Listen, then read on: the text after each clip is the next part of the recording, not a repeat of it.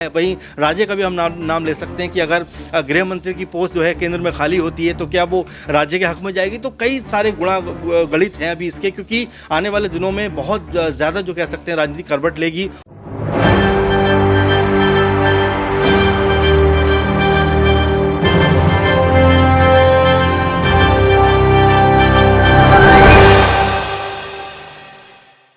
लोकसभा का चुनाव नज़दीक है और जैसे कि बात करें कि वसुंधरा राजे का कद भारतीय जनता पार्टी में कम हो गया है। बात करें तो एक वक्त में वसुंधरा राजे का वर्चस्व और भारतीय जनता पार्टी के लिए वसुंधरा राजे बहुत ज़रूरी थी, लेकिन जब जिस तरीके से साइड किया जा रहा है, क्या लोकसभा में बड़ी जिम्मेदारी सौंपी जाएगी या पूरी तरह से ही साइड कर दी जाएंगी? देखिए, वही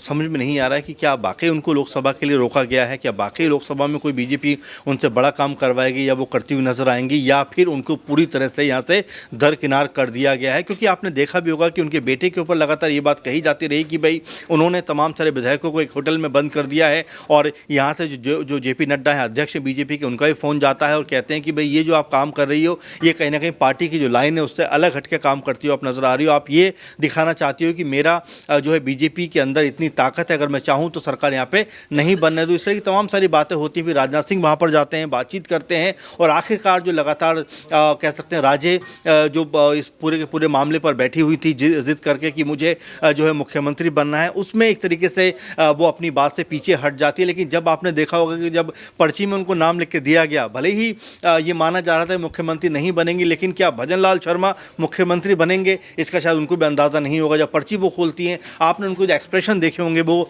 अपने आप में ये बता रहे थे किस तरह से वो भी हैरान हैं। तो ये जो हैरानगी है, कहीं ये बीजेपी के लिए उल्टी ना पड़ जाए, क्योंकि राजे एक ऐसा नाम है, जैसा हम कह भी रहे हैं कि राजस्थान में एक समय बीजेपी का मतलब राजे और राजे का मतलब बीजेपी होता था, लेकिन अब जिस तरह से उनको धीरे धीरे करके आउट ऑफ फोकस किया जा रहा है, उनको हटाया जा रहा है, और जिस तरह से उनके साथ में जो कहा जा सकता है कि व्यवहार बीजेपी कर रही है, वो बहुत ज़्यादा तर्क संगत, न्याय संगत भी नहीं है। क्योंकि एक बड़े लीडर हैं बीजेपी की, और सिर्फ राजस्थान में ही नहीं बल्कि मध्य प्रदेश में और छत्तीसगढ़ में भी आप देखिए जो बड़े बड़े उनके बड़े लीडर्स हैं, उनको जिस तरह दरकिनार कर दिया गया, उनकी राजनीति हाशिए पर चली गई, वो ये बता रहा है कि क्या बीजेपी अपने इन बड़े नेताओं से कहीं ना कहीं डर रही है। क्योंकि अगर शिवराज सिंह चौहान को देखा जाए, 3-4 बार मुख्यमंत्री रहे हैं, राजे 2 बार मुख्यमंत्री रही हैं, रमन सिंह 3 बार मुख्यमंत्री रहे लगातार, तो ये क्या बीजेपी के जो कह सकते हैं गुजरात लॉबी है, कहीं ना कहीं उनको डर है इस बात का कि जो ये 3 बड़े कद के नेता हैं, अगर इनको एक बार फिर मौका दिया गया तो कहीं हमारे ऊपर ये हावी ना हो जाए। क्योंकि पीएम मोदी का टर्न भी आने वाले दिनों में